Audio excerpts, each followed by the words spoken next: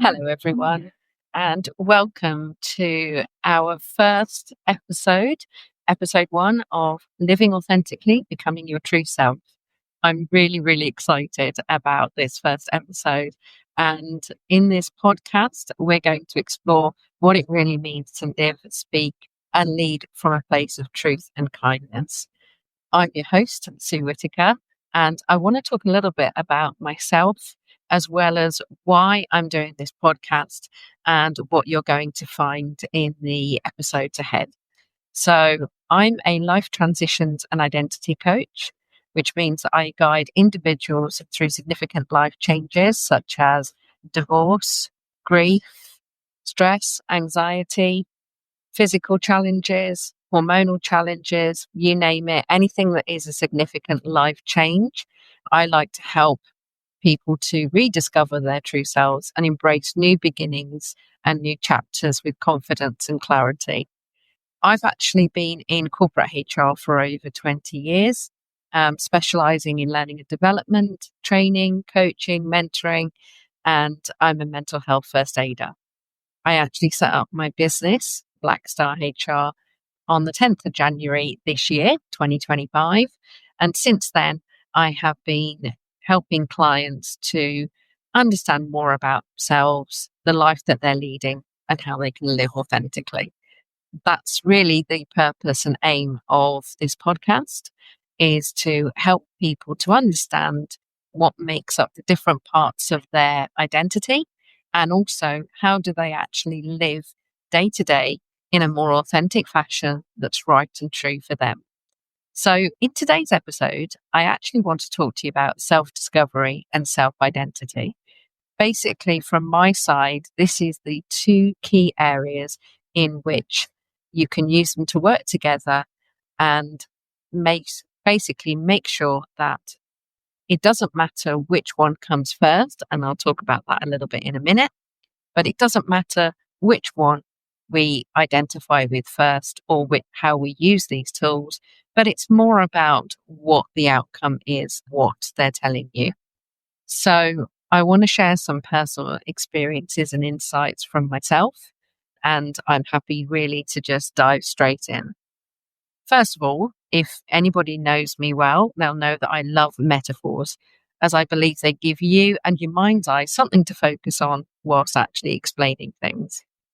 So let's have a look at the two phrases I mentioned. Let's look at self-discovery to begin with. Self-discovery is the road, if you will. It represents an ongoing journey and processes of learning about yourself. Self-identity is the car, symbolizing the person traveling down that road, continuously being shaped and defined by the experiences encountered along the way. So if you wanted to actually draw it out, you could easily say that self-discovery is the life that you're going to lead, whereas self-identity is you yourself going down through that life and all the bends and twists that actually take place in it. So I just wanted to talk a little bit about the two differences and what they actually mean to me and how I actually talk to clients when they're talking about starting this for the first time. Now, what I will say is that you don't have to have all of this figured out. It doesn't matter whether you've been looking at your own self-improvement or self-development for some years, whether you've actually been doing it and you've taken a break and you want to revisit it, or you're just actually at the very, very start, and this is the first podcast that you've actually spoken or heard somebody talk about it. If this is the first podcast you've looked at, I am really, really grateful that you started with me. But as I always say to everybody who I talk to, feel free to go out there and talk and look and explore and research everybody else, because we all have slightly different ways of how we actually process these sorts of things. So going back to the main content. So self-discovery, we talked about it being a road. So the process itself is actually a continual process of exploring your thoughts, your feelings, your values, and the experiences to understand who you truly are. One of the really key areas of this could be literally finding out what your preferences are. So do you like that food? Do you not like that food? from a young age, we already start to have a really clear idea of what we like and what we don't like. It's quite simplified when I put it like that. But as you grow older, the principle is very much still the same. If you automatically think badly of something because of a phrase or because of a color or because of a picture, that is something that is unique to you. What you might actually see in a particular image or a color, other people will see differently. And that's absolutely fine. There's nothing wrong with that at all. But sometimes just having the foresight, or actually even just the self awareness to acknowledge that, is a really good part of the self discovery journey already. Values and feelings are often things that can come across quite complicated. So when we're talking about values and beliefs, and I will actually talk about those in a particular podcast dedicated to them because I'm quite passionate about it. But when you look at those values and beliefs, you often work out that sometimes you weren't necessarily born with those particular values or beliefs. Certain things in your life, the process, the journey, the path that you went on of self discovery can basically have a big impact on shaping your values and beliefs. And again, a lot of the podcast that I want to do in this series is going to be around exploring those different areas. So another aspect of it is actually of self-discovery is the journey itself. It involves a conscious effort to examine your life, try new things, and reflect on your passions, your needs, and your desires. Now, we could argue that the road you're going to be traveling down, you're going to travel down whether you want to or not, particularly if we're actually saying that it is akin to your life. You're going to end up getting older. You're going to end up trying different things. And you're going to end up actually in different chapters and places that you didn't even think you would be. But the main thing about this is the conscious effort. It's the fact that you actually want to examine your life, or the fact that you want to examine what you haven't done in your life. Do you want to try new things? Are you scared of trying new things? Why are you scared? And reflect on what you want and what you need, and also what you're passionate about. So for me, this is a really big key one. I actually spent quite a lot of my life growing up thinking that I knew who I was, where I was, and what my purpose was. I always actually talk about one thing I'm particularly proud of, which actually happened in my 40s. So I call it my midlife crisis. I talk about the fact that I got closer to horses, which are probably one of my favorite animals in this world. When I was younger, I always used to love having model horses, toy horses. And what I would do is I would quite often throw the doll that came with it over my shoulder and just wanted to play with the horse itself. As I grew older, I actually wanted to ride donkeys on the beach in Blackpool, which for people in the UK is a common spot. I came from a working class family, which means that owning horses weren't actually really an option. And even paying for riding lessons was actually not really an option either. But I grew up in the West Midlands, and in that area, there were coal mines, and a lot of them around there were actually akin to using horses for pulling, for labour. So there was always this element of horses were nearby because I used to see horseshoes being hung on walls and also people telling stories and sharing their own experiences of how they used their horses. Obviously, as I grew older, I started to actually sponsor horse sanctuaries and also being interested in how to care for horses. But my career and the need for actual work and finances meant that I never really got much further than just having it as a mild interest. In my 40s, I decided that enough was enough, and that rather than just trying to see horses at any given moment I could when I traveled, what I wanted to do was actually own a horse. So when I was 40 years old, I owned my first horse. She was a rescue, of course, and she was somebody that was actually living quite an old age. But she taught me so much about myself and about actually how to look after horses. She was well trained, and we actually spent a good 2.5 years of giving her the best retirement life that she'd had, given that she'd worked very hard. And when she passed away, obviously, whilst I did mourn her passing, it meant that she was able to set me up for horse ownership for life. Cue a few years later, and now today I own my own 2 horses. The reason why I own 2? Well, that's a complicated story and probably one for another time. But what I will say is that my 2 horses are something that I've desired since I was really young. And the fact that I can fulfill that dream and fulfill my passion before it was over the hill or I was in retirement has actually been really quite a good eye opener for me. Horses are not cheap, and they're also not easy to look after. There's quite a lot of physical as well as emotional needs that you have to cater for, but I love them dearly. And what's greater still is that my husband actually really likes them as well. I was actually always hoping that what I would do is I would not only own a horse, but I would actually ride a horse. And I'm also privileged to be able to do that. And equally, my husband also rides as well, even though he probably never had that desire at the beginning until he met me. So one of the passions that I've had all through my life that I've really embraced in the last few years is my passions for animals. So I love rescue. I love helping with rescue, and I love helping people who are involved in rescue, which is probably one of the reasons why in my business, I would be really, really privileged to actually coach people from the rescue world. So going back to the whole self-discovery piece, there is actually another element, and that's actually the path itself. The journey that you actually take can be guided by various tools. So you can look at the tools as, I guess, kind of paving stones or maybe road markings of where to guide you and maybe guide you away from some of the more difficult or challenging areas of the road. What do I mean by the tools? Well, I mean things like journaling, travel, specific digital apps, meditation, things that will lead to new insights about your inner self. There's actually a whole load of them that I can actually provide, but these are just to name a few. Basically, it doesn't really matter what the tool is. It's actually how you use it.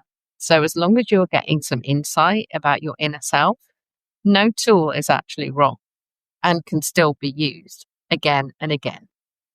So let's talk a little bit now about the car, self-identity. Self-identity in itself can actually be quite a difficult thing to characterize. But again, there are a few key areas that would actually identify, excuse the pun, or help you to come to terms with what it is and the work you're trying to do. Firstly, it's the traveling aspect.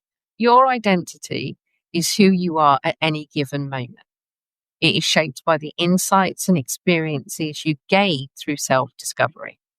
So again, when you start on the journey, you don't necessarily have a huge number of experiences. Whereas if you're going through the journey or you're in the middle of your journey, can already look back on what you've already come through. This is one of the reasons why on this podcast, I'm going to be talking about some of the insights and some of the areas that will actually have an impact on your self-identity. One of the other aspects is the vehicle of experience.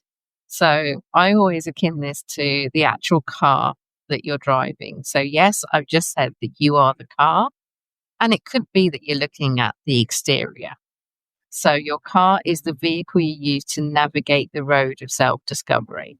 It is the entity that experiences the journey and is subsequently shaped by it. So I guess you could say that it's a little bit about what you are as a person and your body. Maybe you've decided to change your hair in a particular style, or you choose to wear particular clothes, mostly because of the experiences that life has given you. One really good example of this for me was when I was actually younger. I liked wearing trousers and dark colours. Wearing dresses wasn't really a thing. Even when I actually wore dresses as part of my working life, I wasn't really solidly comfortable with them. I always actually like to go for comfort. over necessarily appearance. There's several reasons for that, really. Some of it is due to the fact that I've had chronic conditions in the past. Although I say in the past, I still have them now. And as I talk to a lot of people, I say, as I've grown older, I actually get more chronic conditions, almost like I'm collecting some really bad Pokemon series. But one of the things that I really take away from this is that the vehicle of experience is the fact that you're learning things and that you're actually continuing to learn things through your experiences. So again, you may well actually have a particular bag because it helps your back. And the experience is because when you've used other bags, it's hurt your back, those sorts of things. The other aspect of it is the actual end result for self-identity. And this is the destination of the journey. It doesn't mean it's a fixed identity, but rather an evolving sense of self that becomes clearer as you travel the road. Now, obviously, I've said end result, and that might feel like a final thing. But again, when you're actually looking at who you are and what things make you up as a person, you can be hit by various different aspects that force you to actually look at your identity through life itself. So again, one of the things that I'll share with you a little bit about is my spiritual identity. When I was younger, my parents grew up and they were inherently Christian. But when I was actually starting to grow up, I was quite challenging and questioning to those particular practices and beliefs. I didn't necessarily believe in one God, and I didn't necessarily believe in the Bible and the church being the only place that I could actually speak to, if you like, some form of ordained being. Now, I'm probably mixing my language all over the place like that because I'll be honest, I'm not necessarily a Christian expert. But what I will say is that from very early on, I didn't feel fulfillment in living a Christian life, shall we say. Although instead of actually completely saying, I don't want to do that, what I did was I basically opened myself up to the possibility of other things. From a spiritual perspective, I favored actually more paganism and more pagan beliefs. One of the things that I really value is the natural world and the earth that we live upon. Why do I describe it like that? Well, because factually it's true. We're all on the planet and we all can't deny that the planet has many living sentient beings, not just humans and animals, but the grass, the plants, the sun, and also that we have a natural cycle of our life as we go through different seasons. So for me, actually coordinating some practices and beliefs around those actually seemed very authentic to me. Another thing that's cropped up in the last couple of years that I wasn't really looking for, but actually I found that has actually helped me is looking at my personal identity. So what I mean by that, I mean my values and my beliefs. Sometimes I actually realized that some of the values that were quite core for me were actually influenced by somebody who didn't necessarily have my best interests at heart. Needless to say, I've been having some therapy and some counseling on these sorts of things. But actually, it's been quite eye-opening to know that even when I'm in my 40s, there are still things that I can actually go back and reflect on. One of the things that I've really looked at since I've been looking at this journey of self-discovery and self-identity for myself has actually been around my pronouns. Not just pronouns, but necessarily, but actually what identity I have as an individual. Now, remember a little bit earlier on, literally a couple of minutes ago, I said that I didn't necessarily like wearing dresses. Well, it goes a little bit deeper than that. Basically, what it means is that when I think of myself, I'm very accepting and I'm grateful for this, that I'm accepting of the fact that I was born female. I also consider myself to be female. I accept all my wobbly bits as I describe it to people. And I don't have dysphoria. And I know some people do. So I'm grateful for that. But what I also realized was that this container of being female seemed to be a box that I was actually not fitting completely in. It was almost like it was a circular hole and I was a square peg. It felt like I often wanted to be more, wanted to be more than just pure female. So when I started extra counseling, when I started extra areas of that, one of the things I did was I talked about what it meant to be more non binary. That's when I actually realized that whilst I was fully accepting of the fact that I was female, I also actually was quite happy to accept the fact that I was also a little bit non binary. I don't necessarily mean that I want to become a man. What it means is that I just felt like that the non-binary box, if you like, could actually stand next to the female box, and my identity was actually straddling over both of them. It's a bit of a crude description, I guess, but it's the one that makes the most sense in my head. As such, it's only actually been a few months ago since I actually decided to change my pronouns from, rather than just being she, her, I actually am now more comfortable in describing myself as a she, they. Pronouns for me was actually more important than I thought they would be. Why is that? I'm probably still trying to figure that out. The problem, or the main issue, is that once I realized that it was something that was bothering me, I was curious and I wanted to actually explore it more. And I guess that's the essence that I'm looking for with people.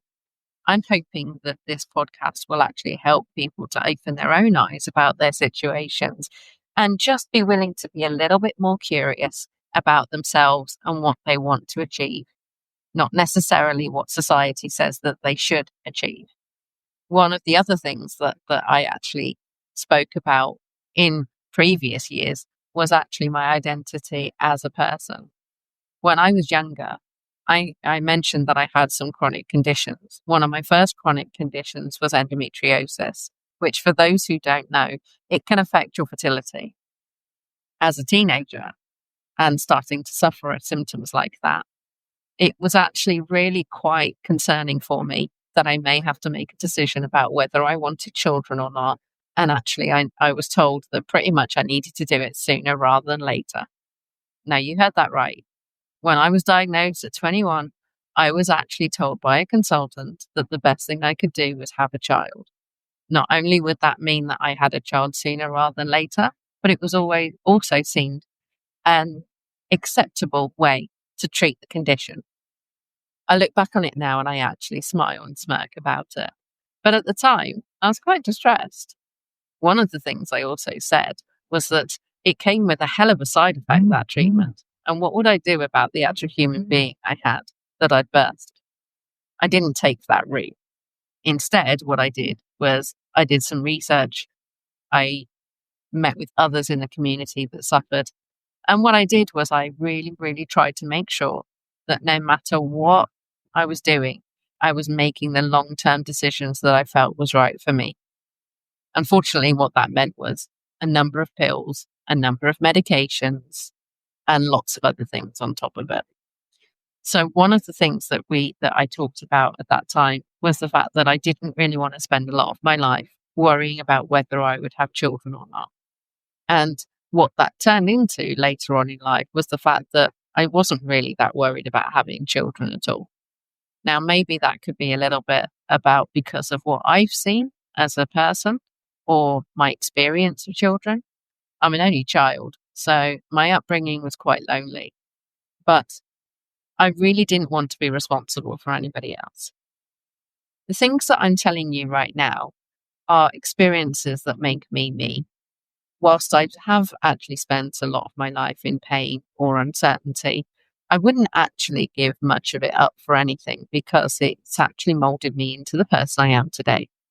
The person that I'm self-aware of what's going on, that I'm in tune, or that I try to be in tune at least with my body and my feelings. And the fact that I actually want to try and help others. I think one of the things I'm most passionate about is actually making sure that people know that they're not alone and that their feelings are valid and that they can actually have support. I think, in essence, if you look at the two of self-discovery and self-identity, you'll find that the self-discovery is the act of traveling down the road or helping to shape that road. And the self-identity is the vehicle that travels. Both have the ability to shape one another, but ultimately, those two tools are the things that you can use to start to focus on who you are and, more importantly, who you might want to be in future. Some people don't get a choice about exploring their identity. They understand or they acknowledge that they're suffering and that they actually feel that their identity is not where they want to be. So they have to look at change. I do feel for those people who feel they have no choice but to change. But there are plenty of other people out there as well who actually probably do secretly want to change, but are scared. Because let's face it, as human beings, we're not actually very good at change at all. If anything, we actually don't like change. Despite what we say, we like our routines and we like knowing that we know what to expect, whereas change brings uncertainty. This is one of the reasons why I want to brand myself as a life transitions and identity coach. Not necessarily because I think that life transitions is easier to define, but more about the fact that it's the journey of change. Change has a lot of different phrases and it can be very uncomfortable, particularly if you're alone or you're not sure whether you're actually being influenced by the right people, the right situations, and the right environment. I really actually wanted to talk a lot about those sorts of areas of identity. And one of the reasons why I created this podcast was over the next few weeks, I'm going to be diving into some of those different aspects of a human's identity. I'm also going to be inviting some various guest speakers to talk to me about areas that they're passionate about and how they can support. One of the reasons why I like doing that is because I do like to actually showcase and hear other people's stories and tales of what's made them them. Now, I don't want to give everything away, so I'm not necessarily going to talk about each of the aspects of the human identity, not in any great detail. But what I can say is that each of the episodes are going to be focused on an aspect of each of those identities, some of which are actually going to be more in depth than others. Some we're probably just going to scratch the surface. And because it's my own podcast, what I'm going to do is I'm going to probably look at throwing some bonus pieces in there as well, just purely on some topics that I'm passionate about. So look out for those as well. The main thing about this podcast is that I'm going to try and set up a consistency of doing an episode a week, making it available at the same time every week, so that hopefully you can get into your own routine about listening along. Now, it's not going to be realistic for me to release an episode a week forever. So I'm probably going to limit it down to a series, which is this being series 1, and then actually try and end it by the end of the year, because who doesn't want time off at Christmas? And then what I'll look at doing, probably depending on the popularity of this podcast, is to actually look at a series 2 next year. That doesn't mean you're going to have to wait a whole year like Bridgerton. If I do a series 2, I'll probably release it in the first half of next year. Can you believe that this is actually the first time that I've actually done a podcast? And I'm actually really enjoying the experience of planning it. Obviously, I don't necessarily have the high-tech information and the high-tech that other people have. So there's probably going to be a few of my friends who are going to say, I can't believe you're recording this on a normal headset through your computer. But here you go. Here I am. If I do actually find that I get the podcast bug, then I may well actually invest in, more high-tech stuff. But for now, this is where it is. Each episode is probably going to be somewhere between 45 and 50 minutes. And the reason why I say that is probably going to end up cutting this one short because it's just me talking to myself. But when I actually find that I'm talking to other people, I do get a little bit carried away. I'm also going to say that I'm not actually a good person at being patient at editing and sound levels. So I'll do what I can. but there's no guarantee. This is what I would call a raw and real set of conversations and talks. So if I say or are for too many times, then I apologize, but I'm actually not going to edit them out. I'm not perfect and I'm not going to pretend to be anything like that. So yeah, that's me. And I'm really glad that I took the time to actually talk a little bit about self-discovery and self-identity. And I'm more than happy to talk to anybody else who's really curious about it and how it can take you to the next step. Obviously, this has just been a little bit of an insight, and I may well return to these particular two elements again. But I just wanted it to be a quick summary so that you could hopefully have it in your mind as we go through the other elements of the podcast. If you've managed to carry on listening this far and you've actually found my voice not too annoying, I just want to say thanks for joining me today. If the episode has actually sparked something in you, I really do want you to tell me about it. You can connect with me via various social platforms, and I'm going to put the details of me as well as my guests in the episode description so that you can find. And with that, I will actually take a drink and log off for now.